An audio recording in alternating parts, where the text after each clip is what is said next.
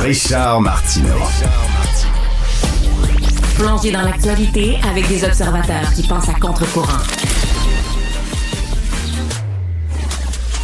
Alors, il y a eu un colloque récemment sur les victimes et on a appris que les enfants qui se trouvent en milieu sectaire sont souvent entraînés à mentir à la DPJ par leurs tortionnaires. Vous savez, la DPJ vend qu'il y a une secte quelque part, il y a des enfants dans cette secte-là. On veut savoir si les enfants sont maltraités. Donc, il y a des gens de la DPJ qui vont rencontrer les enfants et ces enfants-là, sont entraînés, bien sûr, par les membres de la secte à dire que non, tout va bien, on est bien traité, tout est correct, etc. Donc, nous allons en parler avec M. Josh Senesky, qui a 32 ans. Il a passé son enfance sous le joug du fameux pasteur Claude Guillot de l'Église baptiste évangélique de Québec-Est de 2001 à 2013. Il était pensionnaire d'une école biblique clandestine qui était tenue par cet homme-là dans son sous-sol. Josh Senesky, bonjour. Bonjour Richard. Bonjour. Est-ce que, justement, on apprenait, est-ce qu'il y avait d'autres jeunes, d'autres enfants dans cette secte-là de M. Guillot? Ben oui, absolument. Moi, il y avait mes 3 frères qui ont été là aussi, en même temps que moi, presque tout le temps. Puis, il y a eu d'autres jeunes aussi sur une période de plusieurs décennies. On s'entend, il y en a eu à Victoriaville également. Mais on parle de dizaines de jeunes qui ont été sous son emprise. Et Josh, t'avais quel âge, toi? Moi, j'ai vécu en permanence chez cet homme-là de 8 à 21 ans. De 8 à 21 ans. Et est-ce qu'il disait, le pasteur Guillaume, est-ce qu'il disait à toi et aux autres jeunes, si jamais il y a des adultes qui viennent, qui vous posent des questions, vous devez répondre telle et telle et telle affaire, et vous entraînez à mentir finalement? Ah ben absolument, parce que ce qu'il faut comprendre, c'est qu'il y a 2 concepts dans ce milieu-là, à tout le moins dans celui où ce que j'ai vécu, c'est que il y a le fait que l'enfant est vu comme étant inférieur à l'adulte, puis qu'il faut extraire la folie du cœur de l'enfant en le frappant, par exemple. Et deuxièmement, il y a le fait qu'il y a leur monde et il y a le monde extérieur. Donc, tout ce qui n'est pas dans leur gang, c'est considéré comme étant le mal, comme étant Satan, etc. Et donc, la DPJ, nous, dans notre cas, Claude Guillaume nous disait que la DPJ, c'était la Gestapo du Québec.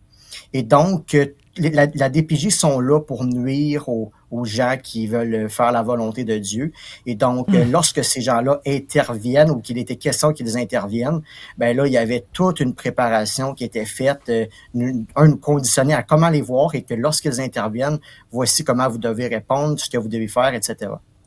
Et Josh, j'imagine, si tu étais là à cet âge-là, 8 ans, c'est parce que tes parents faisaient partie de cette secte-là? Oui, absolument. Mais dans mon cas, c'est mes parents sont allés me porter chez cet homme-là le lundi soir, le 3 septembre 2001. Ce qui est encore pire, c'est qu'ils ont... Claude Guillot leur a fait signer un formulaire où ce qu'il devait... où ce qu'il donnait l'autorisation à Claude Guillot de me frapper avec une palette en bois. Quand je parle d'une palette en bois, on parle d'un objet de 12 pouces de long par 3/4 de pouce d'épaisseur, par 6 pouces de large, plus le manche, sablé verni, en bois massif. Ça devait être soit du merisier, soit de l'érable.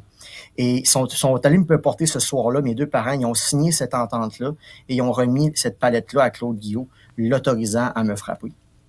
Mais pourquoi ils t'ont donné comme ça à quelqu'un d'autre, un étranger? Écoutez, c'est un monde fermé, on s'entend. Puis tout a commencé dans ma famille où ce que Claude Guillot avait vraiment l'emprise sur mes parents. Il était impliqué dans tout. Il était dans l'intrusion jusqu'à leur vie sexuelle. Et donc, à un moment donné, évidemment aussi, surtout au niveau de l'éducation, entre guillemets, des enfants. Et donc, à un moment donné, à force d'avoir une tierce personne dans un couple, dans une famille, la bisbille a pogné. Puis c'était rendu que j'étais rendu en selon eux un enfant à problème. Dans le fond, j'étais juste un enfant qui avait besoin de bouger, qui avait besoin de vivre une vie normale, mais qui pouvait pas. Et donc, j'avais des comportements entre guillemets problématiques. Et là, on me disait que soit que j'allais finir à la DPJ ou bien que M. Guillaume me prendrait chez lui pour un peu me ramener sur le droit chemin. Puis finalement, c'est de même que ça l'a conduit, que mes parents, en désespéré, m'ont confié à cet homme-là qui était supposé de me garder pendant 1 année pour me remettre sur le droit chemin. Finalement, j'en ai passé 13 années. Monsieur Sinofsky, comment comment on se rebâtit une fois que tout ça, ce calvaire-là est terminé? Vous dites que ça a duré jusqu'à vos 21 ans. Une fois que ça s'est terminé, comment vous êtes reconstruit?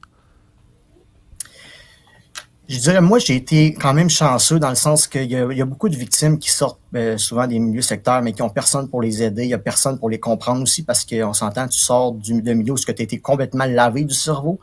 Et moi, j'ai eu la chance d'être entouré, d'être aidé. Et ironiquement, mon père adoptif aujourd'hui, c'est un pasteur baptiste. C'est okay. Mais un bon. Puis cet homme-là et sa famille, mais ils ont pris soin de moi, fait que j'ai pu avoir des gens pour me donner une certaine zone de sécurité. Et également, un principe qu'il m'a enseigné très tôt, c'est que j'avais été une victime, mais aujourd'hui, je ne suis plus une victime. Aujourd'hui, je suis responsable de mes choix et de mes décisions. Et ça, ce principe-là, c'est ce qui guide ma vie encore aujourd'hui. C'est pas facile avoir survécu à ce que j'ai vécu et de me battre devant les tribunaux, etc. Mais aujourd'hui, je prends la responsabilité à 100% de mes choix et de mes décisions et ça, c'est une des choses qui m'a permis de m'en sortir, de reconnaître que ce que j'avais vécu était anormal et que j'étais une victime aussi parce que c'est quelque chose qui m'a pris des mois à réaliser. J'étais convaincu que c'était de ma faute si j'avais été abusé comme ça, que c'était une preuve d'amour, que j'étais un enfant rebelle, que ma famille est dysfonctionnelle, c'était à cause de moi.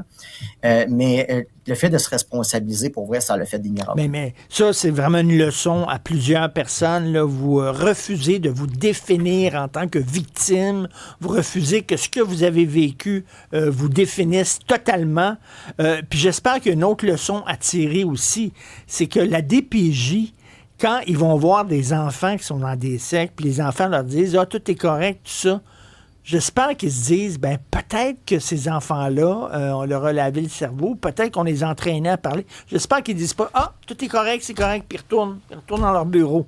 J'espère qu'ils font pas ça. Ben, je dirais que pour la DPJ, on le sait très bien qu'ils sont sous-financés, ils sont en manque d'effectifs et tout ça. Puis au niveau des sectes, ce qui arrive, c'est que c'est très difficile de les déceler parce que c'est des groupes fermés. Et comme on dit, dans les victimes de sectes, celles qu'on est au courant, c'est peut-être 1% des vrais cas. Parce que c'est des milieux fermés, de lavage du cerveau. Et de ce 1%-là, des personnes comme moi qui sont capables de parler devant vous aujourd'hui, c'est encore plus rare. Donc, c'est quelque chose qui est très peu connu. Et moi, je travaille présentement avec une chercheuse qui s'appelle Lorraine de Rocher, qui est une reconnue comme une sommité au Québec en matière de secte. Puis, ce qu'on a, lors de ce colloque-là, notamment le 12 novembre dernier, on était devant des criminologues, devant des intervenants de la DPJ, puis il y en a une qui est venue nous poser des questions. Puis j'ai trouvé ça vraiment touchant et intéressant comme échange, où on avait un survivant qui avait été de l'autre côté lorsque la DPJ était venue visiter chez Claude Guillaume, puis malheureusement, ils ont fermé le dossier. Puis j'ai pu leur donner mon expérience de des choses qu'ils auraient pu faire différemment pour empêcher que tu sais, me sortir à ce moment-là. S'il avait réussi à agir à ce moment-là en 2004, mais j'aurais évité 10 ans de souffrance. Puis aussi, entre guillemets, un bon côté de la médiatisation de toute cette histoire-là, c'est que depuis 2015, cette chercheuse-là, Lorraine de Rocher, a pu rédiger avec d'autres un manuel qui est donné à la DPJ et elle fait des formations à la DPJ pour les outils à comment agir en milieu sectaire.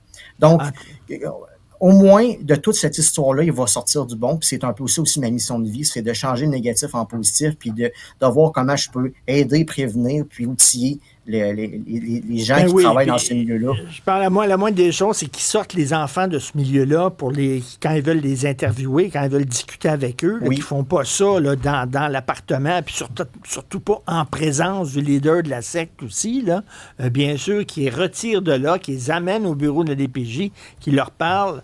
Il y a des leçons à tirer de ça. Merci beaucoup, Josh Sinoski, chroniqueur survivant de milieu sectaire. Merci beaucoup. Une leçon de courage. Bye.